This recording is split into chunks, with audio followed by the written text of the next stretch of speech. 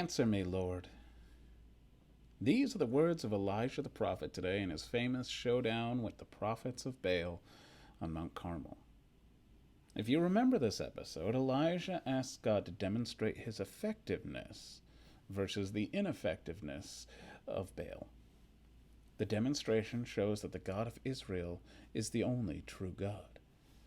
The burnt offering that is consumed from the flame sent by God is not merely a party trick. It is God revealing himself to his people. Now, asking for demonstrations and signs from God is always a bit dicey spiritually, and our message today is not necessarily don't try this at home. But before asking for signs, let us remember that there are already signs of God's presence all around us, and we don't necessarily see them. In fact, in this passage today, Elijah explicitly says he's asking God for this in order to bring the people back to their senses. The fact that this act is necessary is not a good thing. Sometimes we're tempted to ask God to show himself to us, like he did for Elijah. But when we ask like that, we are not necessarily imitating Elijah's prayer. We're missing one important point. You see, our prayer is often simply for ourselves.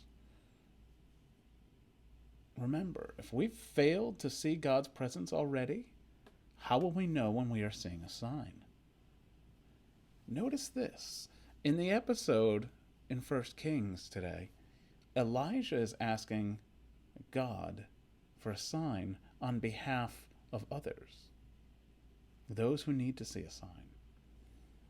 So let us ask God today for something that is a bit more like Elijah's petition. Let us ask God to reveal himself to everyone who needs that revelation, especially those whose faith is faltering, in whatever way they need. And let's leave the rest up to God. We may even find, when we look back, that he used us in this task.